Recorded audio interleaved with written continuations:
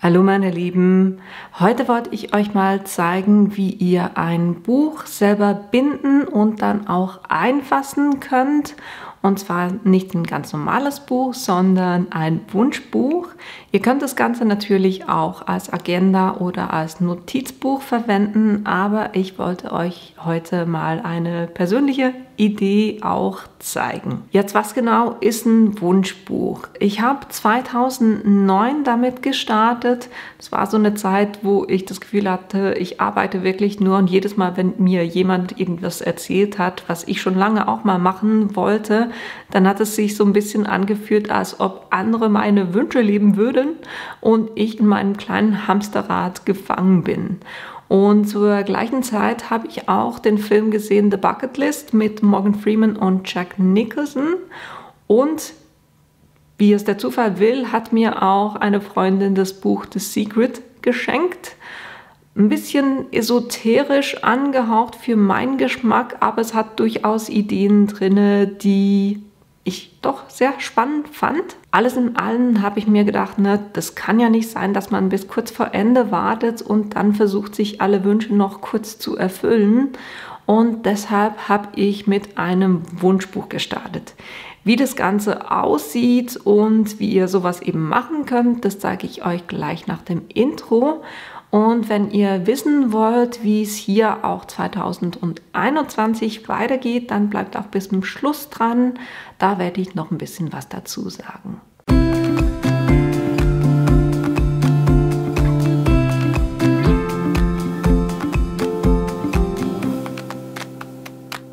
Damit ihr seht, wie das Ganze aussieht, das hier ist das, was ich selber gemacht habe. Und im Vergleich dazu, das ist eins, was ich gekauft habe und mit einer Flexfolie aufgebracht habe. Ich finde, das kann sich durchaus sehen lassen. Das heißt, ich werde euch zeigen, wie ihr das Buch binden könnt. Und die Seiten, die könnt ihr selber bedrucken und die eben dann binden. Dann haben wir ein Buchzeichen drin. Wir haben das eingefasst mit Seiten und dann mit Pappe, die mit Stoff bezogen ist, eingefasst und dann mit Flexfolie noch was draufgebracht. Ihr könnt sowas natürlich auch mit dem Designpapier einbinden, dann könnt ihr einfach das hier nicht mit Flexfolie beschriften, aber ich habe das auch bei einem anderen Buch gemacht, wo ich es dann einfach mit Vinylfolie verziert habe. Jetzt hatten wir den Gedanken vom Wunschbuch, und ich habe hier Seiten ausgedruckt und da ist jeweils der Wunsch, von welchem Jahr der ist, wann ich den erfüllt habe. Hier habe ich Platz für einen Titel und hier unten mache ich dann jeweils, wenn ich den erfüllt habe, zum Beispiel Bilder oder irgendwelche Texte oder Eintrittstickets oder Konzerttickets, die klebe ich dann da rein. Und das sieht dann irgendwann ziemlich voll aus, aber damit ihr so ein Prinzip seht, hier hatte ich zum Beispiel ein Theaterstück, was ich unbedingt sehen wollte, und die Flying Steps, die habe ich dann effektiv in Berlin auch gesehen. Und ich schreibe da jeweils ein bisschen was dazu. Und eben, die sind jetzt aus demselben Jahr. Ich habe 2014 habe ich das reingemacht und es dann auch da erfüllt. Es gibt durchaus Wünsche in diesem Buch, die aus 2009 sind, die ich immer noch nicht erfüllt habe. Das muss nicht alles im selben Jahr sein. Und ich mache da auch Wünsche rein, die ich mir selber erfüllen kann, das heißt, die ich aktiv angehen kann, aber im Gedanken auch von diesem The Secret, da sind auch Wünsche drin, die ich nicht beeinflussen kann, aber der Vorteil von diesem Wunschbuch, oder zumindest für mich ist es der Vorteil, ist, man nimmt sich mal die Zeit und setzt sich hin und guckt mal, was habe ich denn überhaupt für Wünsche, und wird sich so eigentlich klar, was man will. Und dadurch, dass man die niederschreibt, geht man die dann irgendwie auch aktiver an. Das heißt, ich nehme das Buch wirklich ab und zu in die Hand und gucke mir, was wollte ich schon lange mal machen und gehe die Dinge dann wirklich an. Eben nicht so wie mit der Bucketlist irgendwann ganz, wenn es zu Ende geht, sondern wirklich im Hier und Jetzt. Man muss nicht warten, bis es zu Ende ist, sondern wirklich einfach ab und an das Buch in die Hand nehmen und gucken, was könnte ich denn jetzt noch angehen von den Sachen.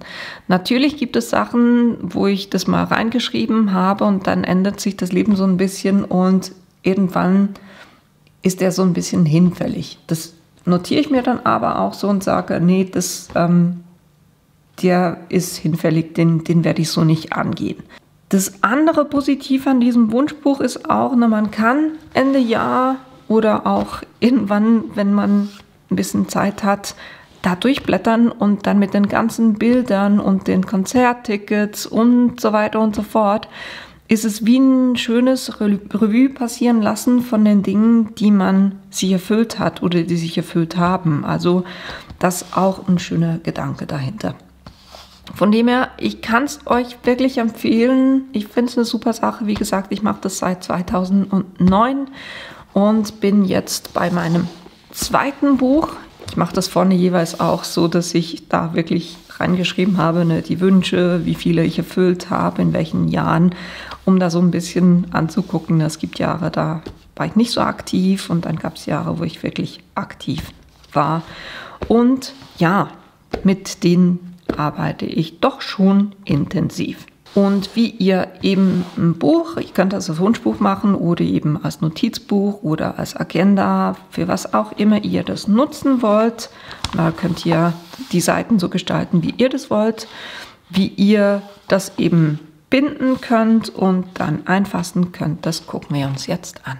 Für dieses Projekt braucht ihr einiges an Werkzeug. Ich habe aber versucht, so ein paar Sachen zu ersetzen, also so ein paar Spezialsachen zu ersetzen mit Materialien, die ihr eher zu Hause schon habt. Und starten wir mal mit dem Buch selber oder dem Buchinhalt. Ich habe hier ein paar Seiten ausgedruckt. Ich habe mir das Design überlegt und so habe ich einfach Blätter ausgedruckt. Und zwar, ich habe einfach 2 Seiten pro Blatt gedruckt. Und dann dasselbe auch auf der Rückseite. So könnt ihr das machen. Dann habe ich immer 4 Seiten ineinander. Also ich habe die in der Hälfte umgelegt und nur so ein bisschen festgestrichen. Dann habe ich immer 4 A4 Seiten ineinander gelegt und die dann mit dem Falzbein festgestrichen. Und ich habe das so gemacht, dass ich 6 solche Pakete habe. Das heißt, ich habe 6 mal 4 A4 Seiten hier als meine Basis. Das gibt im Ganzen 96 Seiten.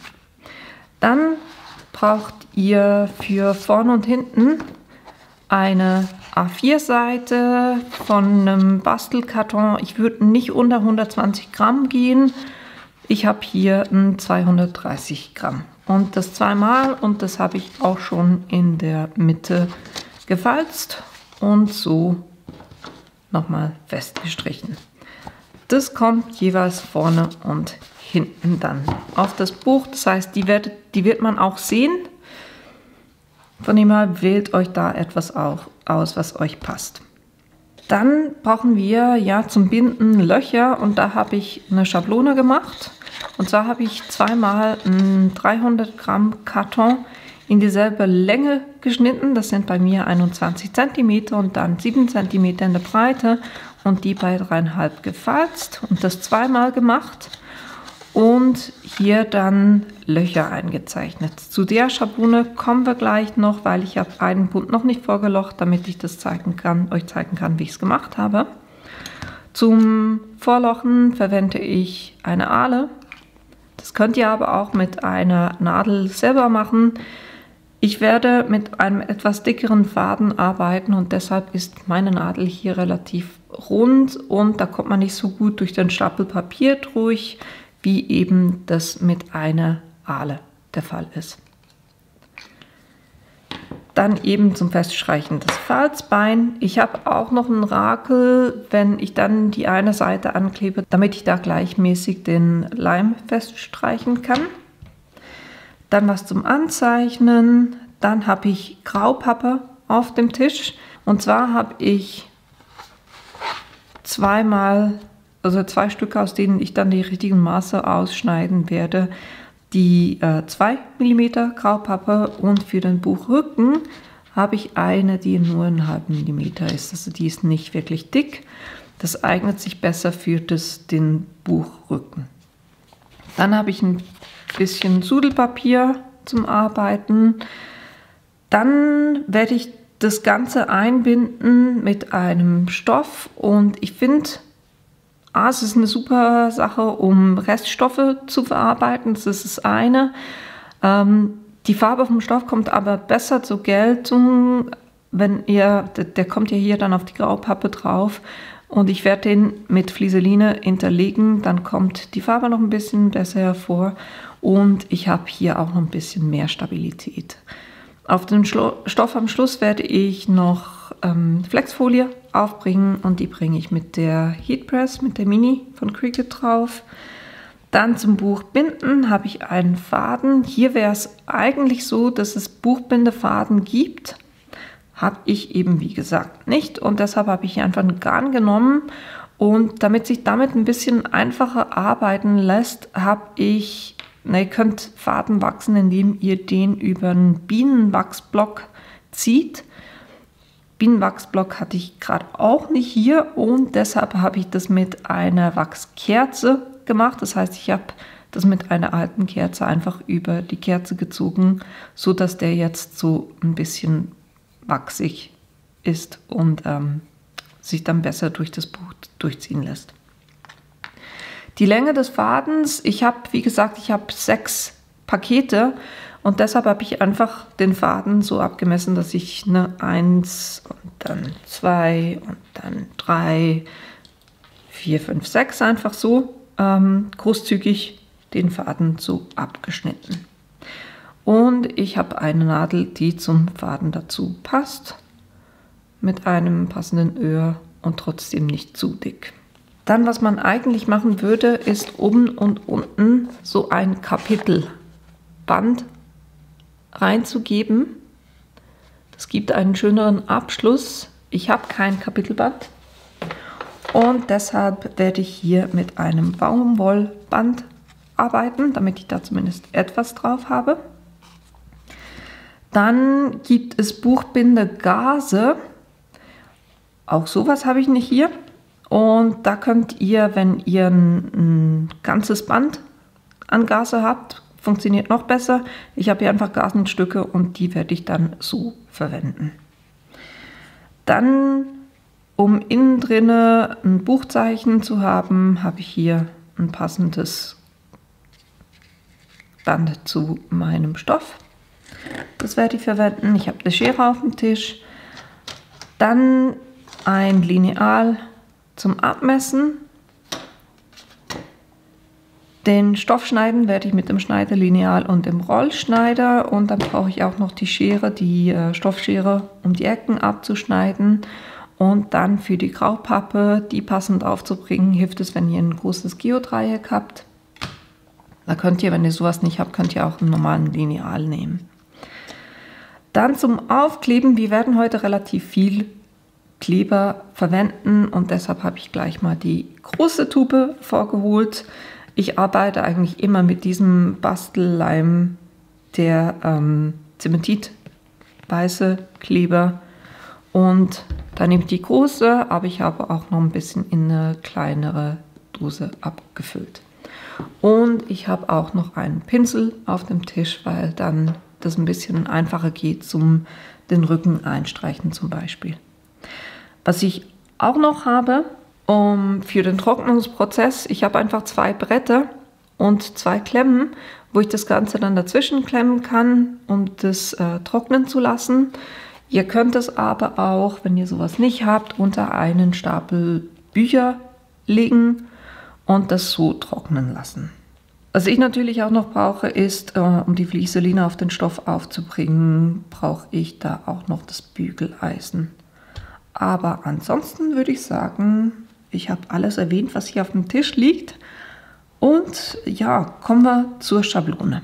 Ich habe ja ein Papier, das heißt eine A4-Seite Druckepapier ist 21 cm breit. Na, wenn ihr so eine Seite anguckt. Diese Breite ist 21 cm. Und so habe ich mir eine Schablone zurechtgeschnitten, das heißt, sie ist 21 cm breit. In der Höhe sind es 7 cm und Gefaltsbreite 3,5 cm und das habe ich eben zweimal gemacht. Und da habe ich mit dem Lineal hier innen drinne mir das Ganze abgemessen. Ich bin vom Rand weg 1,5 cm rein und das auf beiden Seiten und habe gesagt, das hier ist mein Nullpunkt quasi. Oder je nachdem, wie ihr den haltet, sind es 18 cm. Das heißt, die Null fängt hier an, 1,5 cm vom Rand weg. Und hier oben landen wir dann bei 1,5 cm vom Rand weg bei 18. 18 durch 4 gibt 4,5.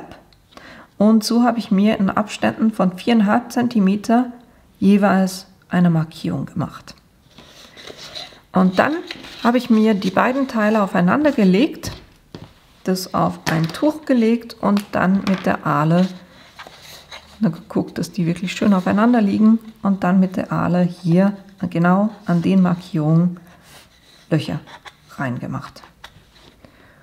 Und so habt ihr eine wunderbare Schablone, die ihr immer wieder für diese Größe von Notizbuch verwenden könnt. Was ich hier vielleicht auch noch sagen muss, ich habe die Seiten, nachdem ich sie gefalzt und zusammengelegt habe, ist es ja grundsätzlich so, dass sich die innerste Seite, die kommt hier ein bisschen weiter raus. Das heißt, ihr habt hier quasi wie eine Abstufung und wenn ihr dann alle Papiere zusammen habt, dann sieht das jeweils ein bisschen unschön aus, weil es nicht gleichmäßig abschließt. Das heißt, als ich alles gefaltet habe und zusammengelegt habe, habe ich die mit dem Hebelschneider wieder auf die 15 cm geschnitten. Das heißt, das äußerste Blatt gibt die Kante vor, wie breit das hier sein soll, so dass ich hier wieder einen schönen Abschluss habe. Und das habe ich mit allen Elementen gemacht. Ihr seht, ich habe hier auch schon 5 der Pakete vorgelocht und mit der Schablone habt ihr es eben so, dass ihr immer schön am selben Ort landet. Wie habe ich das gemacht? Ich habe da, wo ich keine Anzeichnung habe, die habe ich um den Bund herum gelegt. Dann habe ich das Ganze geöffnet und die andere Schablone reingelegt. Und dann einfach alles zusammengestoßen und geguckt, dass ich oben und unten gleichmäßig abschließe. Halte das fest und dann steche ich hier einfach in das Loch rein. Dadurch, dass ihr das gefalzt habt, liegt es auch schön in der Falzkante vom Papier drin. Und wenn ihr eben darauf achtet, dass ihr hier das schön abschließend haltet, dann könnt ihr hier wunderbar gleichmäßige Löcher vorstanzen. Und genau das habe ich eben mit allen 6 Stapeln gemacht. Und so habe ich jetzt einen Stapel, wo ich immer schön gleichmäßig meine Löcher habe. Und dann kommen wir auch schon zum Nähen. Das heißt, ihr nehmt hier euren Faden und fädelt den ein und lasst da ein kleines Stück Überlappung. Mit dem Wachs könnt ihr das auch so ein bisschen eindrehen, damit die gut aneinander hängen.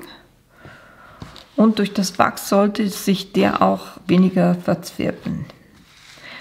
Jetzt nehmt ihr den ersten Stapel und geht hier unten in das erste Loch rein. Und da zieht ihr den Faden durch, bis am Schluss noch ein kleines Stück übrig bleibt. Mit einem Buchbinderfaden geht das sicher einfacher, aber Ich würde sagen, wir kriegen das auch so hin. So, dieses Stück lasse ich stehen. Dann gehe ich ins nächste Loch und gehe da wieder raus.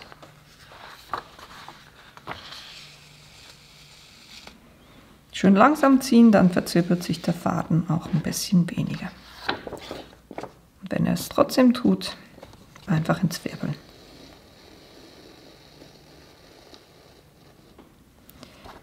Dann nehme ich den zweiten Stapel und gehe hier durch das passende Loch oben rein und ziehe auch hier den Faden wieder durch.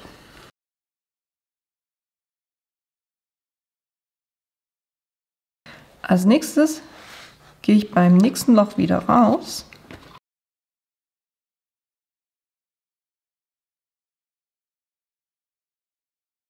Dann gehe ich wieder in den unteren Stapel rein, auf derselben Höhe, und ziehe den Faden da durch.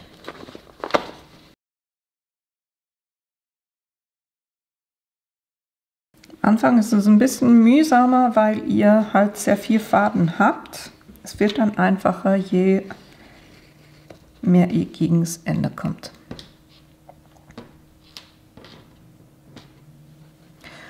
Dann gehen wir eins hoch und gehen da wieder raus.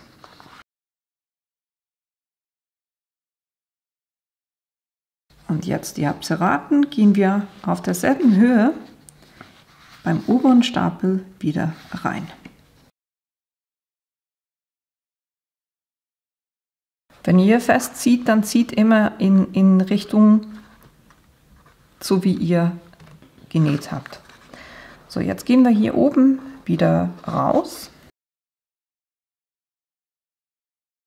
Und ihr erratet es, unten wieder in den Stapel rein.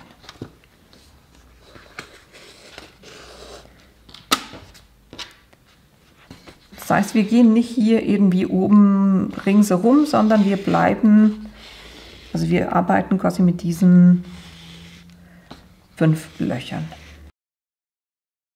Jetzt könnt ihr da an beiden Fäden auch ein bisschen straff ziehen. Jetzt haben wir ja hier leere Felder oder leere Stücke und die schließen wir jetzt quasi. Das heißt, ich gehe jetzt bei dem Loch wieder raus.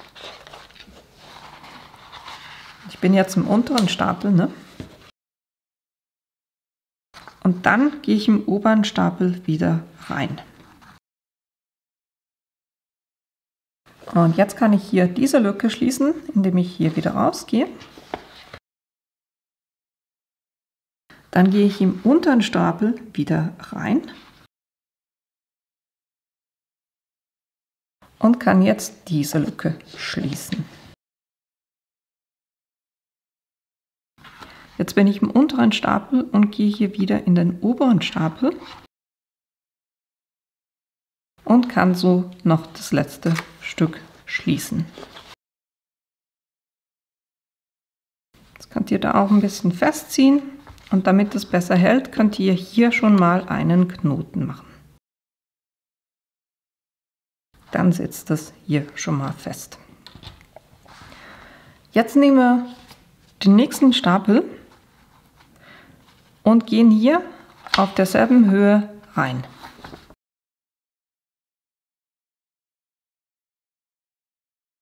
Und ab hier läuft es jetzt anders und so wird es das auch für alle nächsten Papiere sein. Ihr geht hier wieder raus und jetzt kommt eben das, was anders ist. Immer schön gucken, dass die Papiere schön aufeinander liegen oder die Stapel. Jetzt geht ihr zwischen den ersten und den zweiten Stapel vor dem Faden rein. Könnt ihr das anheben und dann nach dem Faden wieder raus. Das heißt, ihr seid jetzt nur zwischen den Papierlagen und habt hier nicht in eines der Löcher reingestoßen.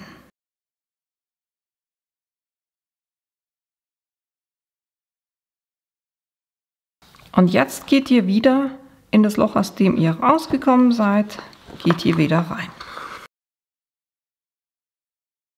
Jetzt geht ihr eins weiter hoch und wieder raus.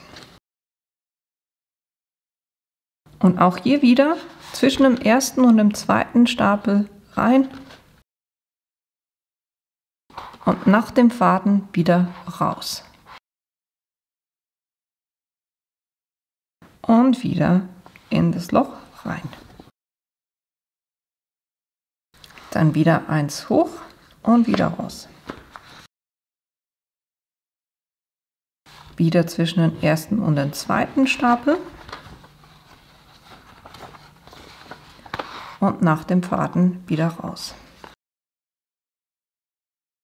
Und dann wieder in den dritten Stapel rein.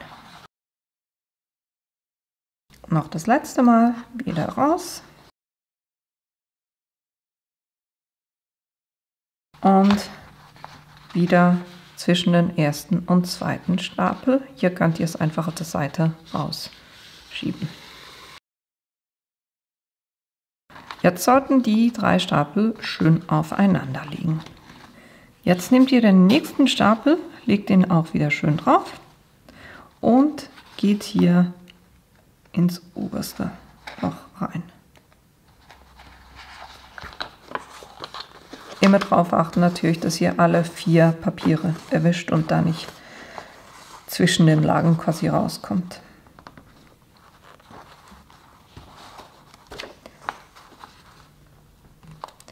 Jetzt gehe ich eins runter und gehe wieder raus. Und jetzt gehe ich nicht zwischen den ersten und zweiten Stapel, sondern zwischen den zweiten und dritten Stapel rein.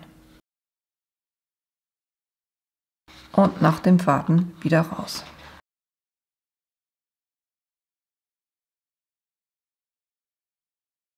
Und jetzt geht ihr wieder durch das Loch durch, wo ihr vorhin reingestochen habt. Eins runter und wieder raus. Auch hier wieder zwischen den zweiten und dritten Stapel durchgehen.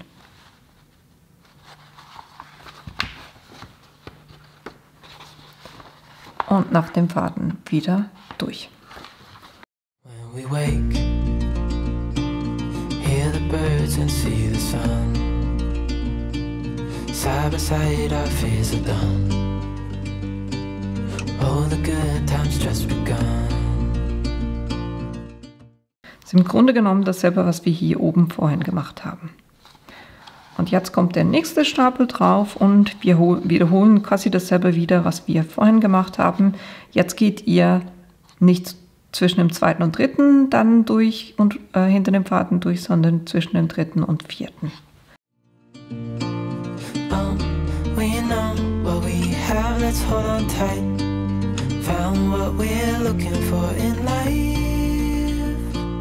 Call us crazy, but things are finally right.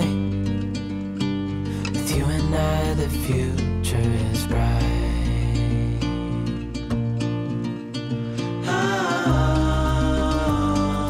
You and I, we got it. We don't need no more. Even in the hard times, you and I can weather any storm. Before I sleep, hear the crickets, see the moon. Side by side and through. No limit to what we can do.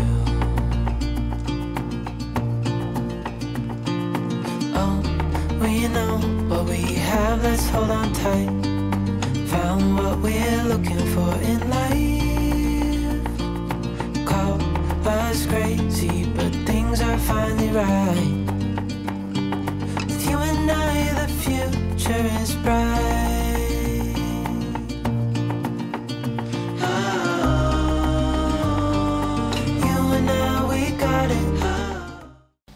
Und hier jetzt beim letzten geht hier auch wieder zwischen den Lagen durch. Und während ihr festzieht, geht ihr da durch diese Schlaufe durch und somit bildet ihr dann einen Knoten.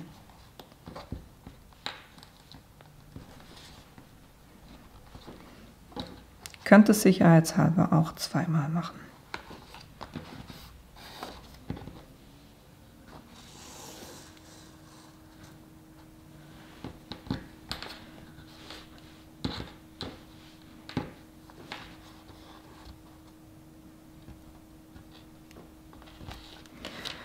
So.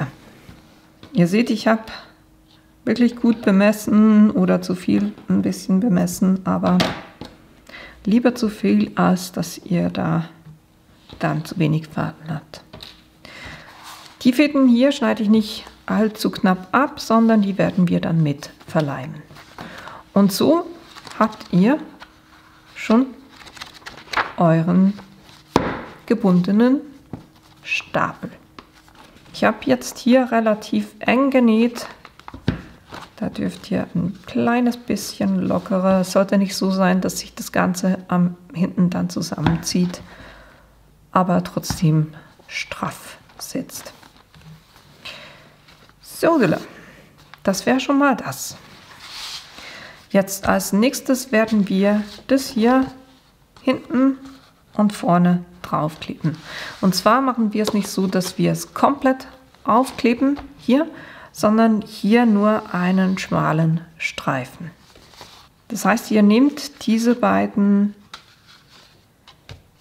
Kartons, die ihr eben in der Mitte gefalzt habt, die gleich groß sind wie eure Seiten.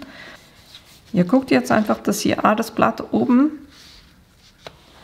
mit 1 Zentimeter Abstand habt und dann gebt ihr das obere Karton auch mit einem halben Zentimeter Abstand hier drauf, schön gerade. Und jetzt können wir hier Kleber drauf geben. Das heißt, ich gebe hier einerseits einen Kleber drauf und streiche den dann mit dem Pinsel.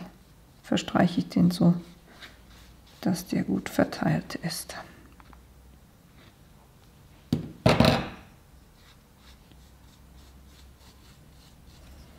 Es sollte wirklich überall gut Kleber vorhanden sein, damit es dann auch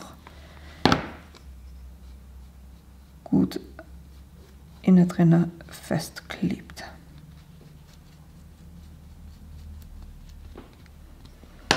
So. Und jetzt könnt ihr die nehmen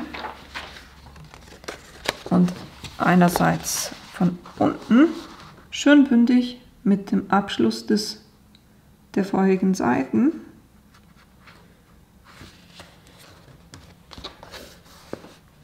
einerseits hier drauf geben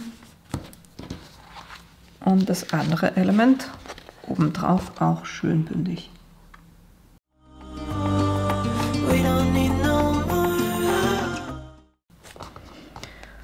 Und damit es jetzt so gut trocknet, gebe ich das hier zwischen diese Hölzer.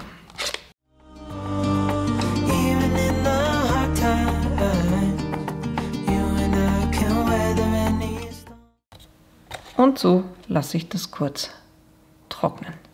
Wenn ihr das habt trocknen lassen, könnt ihr das Ganze wieder lösen.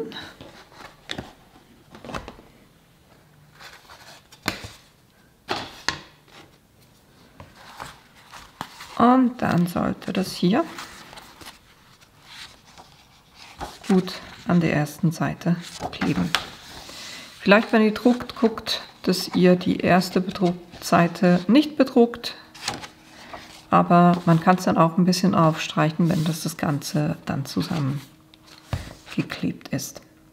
So, jetzt für den weiteren Schritt klemme ich das auch wieder hier zwischen diese Bretter, aber ich lasse da ein bisschen mehr das hervorgucken.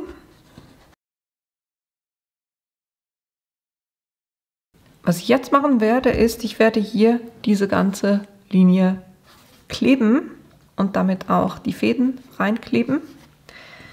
Dann werde ich gleichzeitig die Gaze dann auch aufbringen. Und meine ist relativ dünn, deshalb gehe ich hier, ich werde die doppelt legen und ich werde unterhalb Leim drauf machen und dann auch über die Gaze. Dann bringen wir auch gleich das Kapitalband an und das Lesezeichen.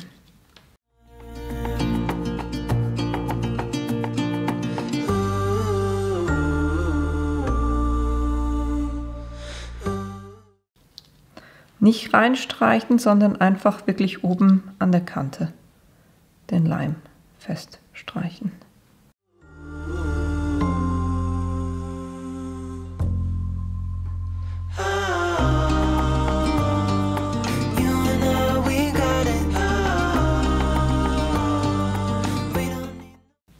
Dann kann ich hier die Gaze schon mal aufbringen.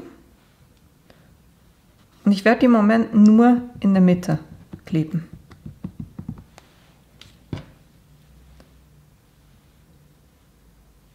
Also auf dem Buchrücken quasi.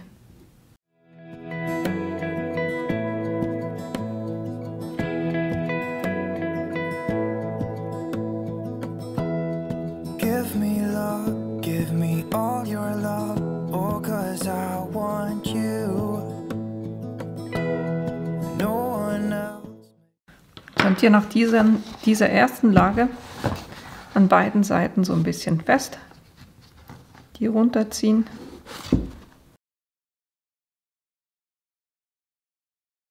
Und nochmal mit dem Finger wirklich schön fest streichen. Und dann gehe ich da auch gleich mit einer zweiten Lage eben bei mir drauf. Feel this way, don't know what you do. Hold my hand, could you hold my hand? Look me in the eyes. You and me, yeah, that's all I need, and I'll be alright. I'll be right here, I swear. Jetzt müsst ihr euch natürlich gemerkt haben, wo oben ist. Bei mir ist das hier oben. Weil beim Kapitalband spielt es keine Rolle. Das machen wir jetzt auf beide Seiten. Und zwar einfach hier nur auf die Breite des Rückens und oben schön abschließen. Den Rest könnt ihr abschneiden. Bei den Enden gehe ich auch ein bisschen mit Kleber drauf, damit es hier nicht wieder rausschlauft. Stay with you. Hold me closer. I wanna stay here with you. All that we have is each other now. I promise I won't leave your side. Und wie gesagt, das hier ist oben. Und da bringe ich jetzt auch noch mein Band an. Be who you are and you'll be enough. If you're giving me your love, giving me your love. All that we have. Und so lasse ich die ganze Geschichte auch wieder trocknen. Während das noch weiter trocknet, kümmern wir uns um die Graupappe und um ein Stück Papier, wo wir das draufkleben. Und zwar müssen wir hier in der Breite, soll das gleich breit sein wie das Buch. Die Seiten, wenn ihr eine A4-Seite zusammenfaltet, dann landet ihr hier bei 15 cm. Das zweimal, ne? In der Höhe ist es 21 cm. Jetzt geben wir oben plus 0,3 cm und dasselbe auch unten. Das heißt, wir landen in einer Länge von 21,6 cm. Somit schneiden wir zwei Stücke von der dicken Pappe auf 15 cm mal 21,6 cm. Dann die mittlere Pappe, die ist in der Höhe natürlich dann auch 21,6 cm und in der Breite, da müssen wir uns kurz angucken, wie breit das hier ist. Das heißt, ich gucke mir jetzt ganz genau an, wo das Ganze aufhört.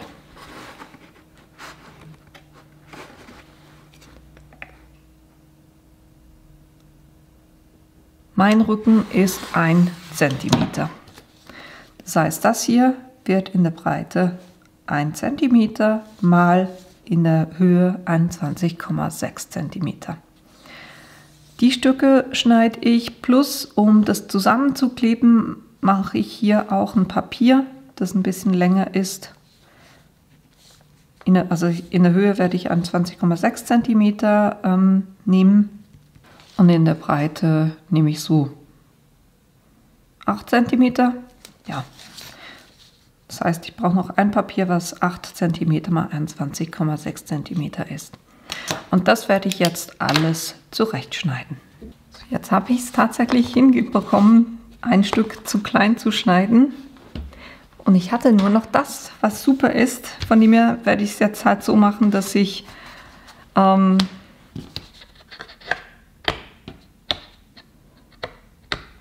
nehme vorne das dickere Stück und hinten halt das weniger dicke Stück.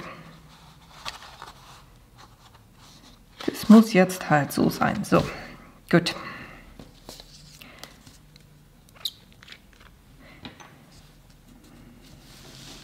Ich hätte nicht gedacht, dass ich mal zu wenig Graupappe zu Hause habe, aber Corona lässt grüßen, ne? So, jetzt bringe ich den Rücken zuerst in die Mitte auf.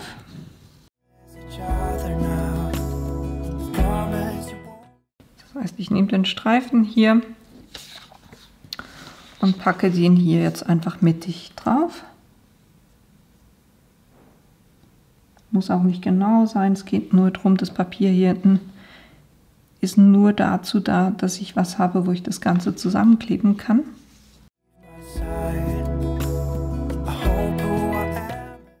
Und die beiden Stücke hier, die bringe ich jetzt mit 0,6 cm oder 6 mm Abstand, bringe ich die hier an.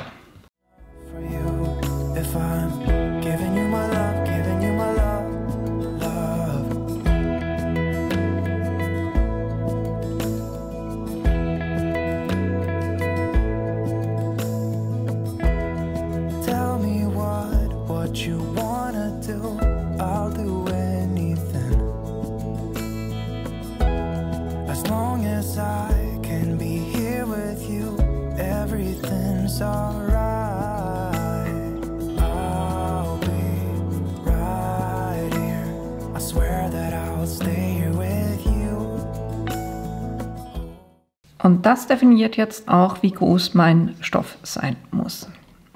Das heißt, ich messe hier die Länge ab. Das sind bei mir jetzt 32 cm. Und oben runter müssten es ja 21,6 cm sein. Und jetzt brauche ich ringsherum 3 cm Zugabe. Das heißt 6 cm bei beiden Zahlen. Das sind 32 plus 6 sind 38 mal die 27,6 cm. So groß schneide ich mir jetzt ein Stück Stoff zurecht und aber auch die Flieseline und bringe die Flieseline dann gleich auch mit Bügeleisen auf den Stoff auf. Ihr müsst hier natürlich nicht das Ganze mit Stoff einfassen. Ihr könnt es auch mit einem schönen Designpapier machen, wenn euch das lieber ist. Ich mag halt einfach diese Haptik, wenn Bücher mit Stoff eingefasst sind. Ich mag das einfach, wenn das so ist. Aber das könnt ihr so machen, wie euch das lieber ist. Die Flexfolie funktioniert dann natürlich nur auf dem Stoff und nicht auf einem Designpapier. Das mache ich jetzt auch kurz. Denkt einfach immer dran, wenn ihr Flieseline aufbügelt, dass ihr zuerst den Stoff schön glatt bügelt und die Flieseline dann natürlich mit der glänzigen Seite nach unten auf den Stoff, weil das ist die Klebeschicht. Und so kriegt ihr ein gutes Ergebnis hin. So, und jetzt können wir das Ganze hier draufkleben.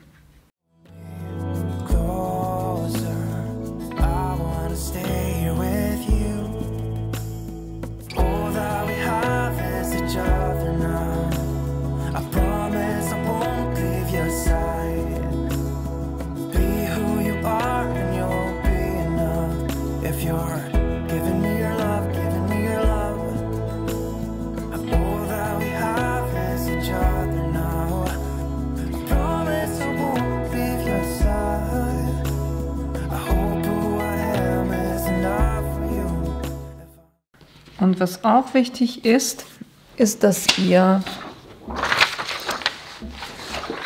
die Rille quasi da auch durchdrückt.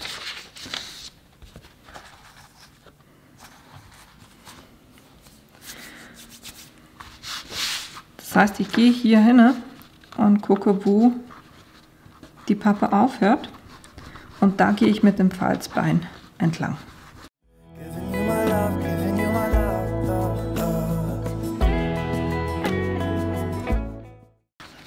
Gibt euch insgesamt einfach einen schöneren Abschluss. Jetzt müssen wir die Ecken noch abschneiden. Ich habe eine Pappe hier von 2 mm und da muss ich einfach drauf gucken, dass ich nicht direkt an die Pappe ran schneide, sondern da noch so ein bisschen Überstand stehen lasse.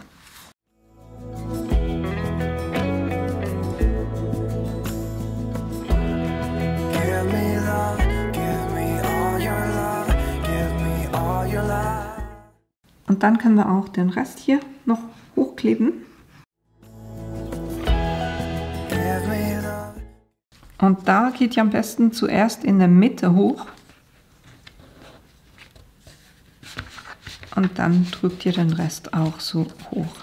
Am besten funktioniert es, wenn ihr das an der Tischkante macht und quasi so mit der Hand hochdrücken könnt. Das mache ich jetzt kurz.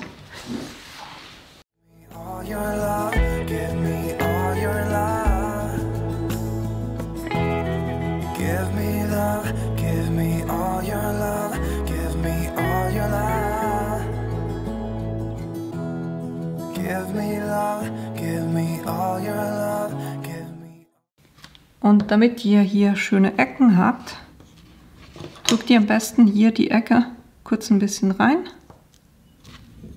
Beiden Seiten. I see it in your eyes. Yeah, I can read the signs. You need to get away.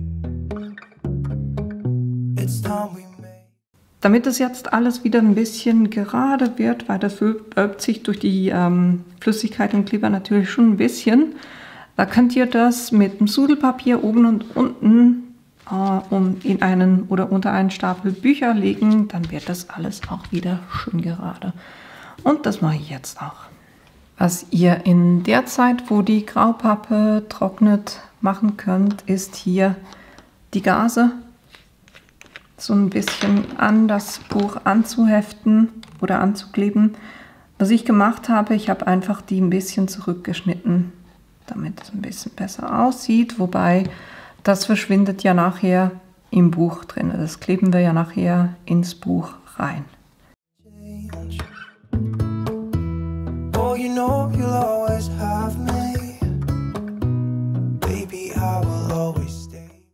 Und so lasse ich auch das kurz trocknen.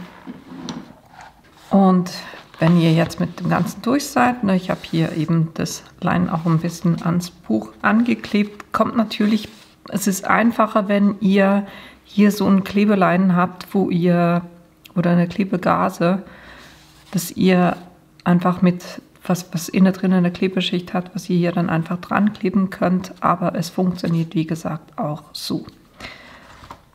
Das Ganze hier ist jetzt getrocknet und jetzt würde das ja nicht wirklich schön aussehen so, und dafür haben wir eben diese Doppelseiten hier. Das heißt, ihr schiebt jetzt das ganze Buch schön mittig hier rein, so dass oben und unten in etwa der gleiche Abstand ist. Helft ihm hier so ein bisschen, dass sich das schön anlegt.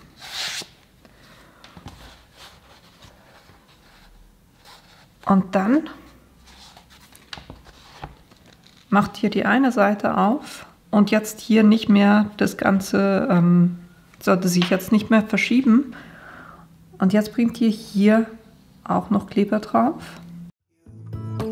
So put your trust in me. Und wichtig ist jetzt, dass das Ganze hinten am Buchrücken quasi anliegt. Jetzt könnt ihr das einfach schließen. Und am besten geht ihr hier mit einem geraden Gegenstand einfach drauf und geht mit Druck drauf. Get out, you'll see if we get in. Könnt ihr das aufmachen und noch mit dem Falzbein feststreichen. Drive someplace far. Dann machen wir das selber noch mit der anderen Seite. For a ride, the two of us, we don't have to stop. Baby, let's go for a ride. You and I, let us run away. Bevor ich das jetzt 24 Stunden fest oder austrocknen lasse, werde ich hier auch gleich noch meinen Spruch draufbringen, den ich mir ausgesucht habe. We can go where we want. Und wenn ihr das dann gemacht habt, dann könnt ihr das zum Trocknen 24 Stunden weglegen. Und so habt ihr euer eigenes Buch erstellt, ne? Selbst gebunden. Und ihr seht auch da, wo die Bindung ist. Die liegt auch schön. Vielleicht einfach als Tipp die erste Seite, es wölbt sich jetzt alles ein bisschen, weil es ein bisschen feucht ist, aber die erste Seite, vielleicht lasst ihr die aus und bedruckt die nicht und fangt dann erst hier mit der Seite an. Aber das macht ihr so, wie es für euch am besten passt. Wie gesagt, ich werde das jetzt weglegen zum Trocknen. Und das war es aber für euch eigentlich schon, was ich euch heute zeigen wollte. Wenn ihr ein bisschen hören wollt, was nächstes Jahr so ansteht, dann bleibt noch dran. Da erzähle ich euch gleich noch im Outro ein bisschen was dazu. Ich hoffe, euch hat diese Idee gefallen und ihr habt Lust, es für euch auch auszuprobieren. Ich kann es wirklich weiterempfehlen. Man geht die Dinge dann wirklich auch an. Die Materialien, die ich verwendet habe, die werde ich euch unten in die Links reinstellen. Jetzt habe ich ja gesagt, ich werde euch auch ein bisschen was erzählen, was ich hier 2021 vorhabe. Wir hatten ja in der Weihnachtszeit diese 24 Videos. Das war schon intensiv, weil man muss bedenken, ich plane das Ganze auch immer, ich bereite es vor, dann aufnehmen, dann das Ganze schneiden und so weiter und so fort. Aber ich habe es irgendwie hingekriegt. Für 2021 sind meine Pläne so, dass ich versuche wieder eine gute Balance hinzukriegen zwischen Plotten, dann Nähen, Karten erstellen, das kam ein bisschen zu kurz in der letzten Zeit, und dann auch diverse Dinge, die einfach nicht in diese 3 Kategorien reinpassen, die ich jeweils als dies und das bezeichne. Themen, die ich jetzt schon weiß, dass die noch zusätzlich dazu kommen, das wird, ich habe es mit der Mausmatte, habe ich schon ein bisschen damit angefangen, aber das ist der ganze Sublimationsdruck. Einerseits eben, wie ihr das mit dem Plotter machen könnt auf diverse Sachen, aber dann auch, wie ihr selber Sublimationsdruck erstellen könnt ohne Plotter und das wirklich auch in bunten Bildern und so das Ganze auf Materialien übertragen könnt. Das wird ein Thema sein. Dann werde ich sicher auch noch euch mein Bastelzimmer mal zeigen und zeigen, wie ich meine Sachen organisiere. Das war ein Wunsch. Und ansonsten geht es hier auch fröhlich mit dem Plotten weiter. Ihr habt es gemerkt, ne, ich habe in der letzten Zeit sehr stark den Cricut Maker verwendet, weil ich wirklich sehr zufrieden bin mit diesem Gerät und das mir wirklich gute Möglichkeiten bietet. Aber ne, es soll für euch auch so sein, egal eigentlich welchen Plotter ihr verwendet, dass ihr da solche Ideen auch übernehmen könnt und dann mit euren eigenen Designs oder euren eigenen Ideen dann auch verbinden könnt und so eure Sachen ausprobieren könnt. Das ist so ein bisschen der Ausblick ins neue Jahr. Ich hoffe, ihr freut euch drauf. Ansonsten bleibt mir jetzt nichts anderes übrig, als euch einen guten Rutsch ins neue Jahr zu wünschen. Und ich hoffe, ihr bleibt mir treu und wir sehen uns im 2021 wieder. Bis bald! Everyone wants to be swept